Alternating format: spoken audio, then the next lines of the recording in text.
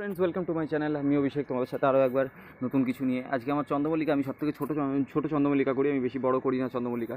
কারণ আর দ্বিতীয়ত হচ্ছে কি, আগের বছর করেছিলাম বড়, এই বছর আমি সময়ের জন্য আর শরীর খারাপের জন্য আমি কিছুটা পেরে উঠিনি, তো সেই জন্য এইবার ছোটো করেছি।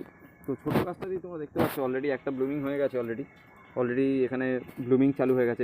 এগুলো পুরো ব্লুমিং হয়েছে, পুরো গাঁদা ফুলের মতন লাগছে, কিন্তু এগুলো পুনে ভ্যারাইটি চন্দ্রমল্লিকা। তো এখানে তোমরা দেখতে পাচ্ছ যে চন্দ্রমল্লিকার কতটা সুন্দর কন্ডিশনে দাঁড়িয়ে আছে এগুলো। তো এগুলোর একটা সুন্দর ট্রিক্স আছে, সেই ট্রিক্সগুলো আমি তোমাদেরকে দেবো।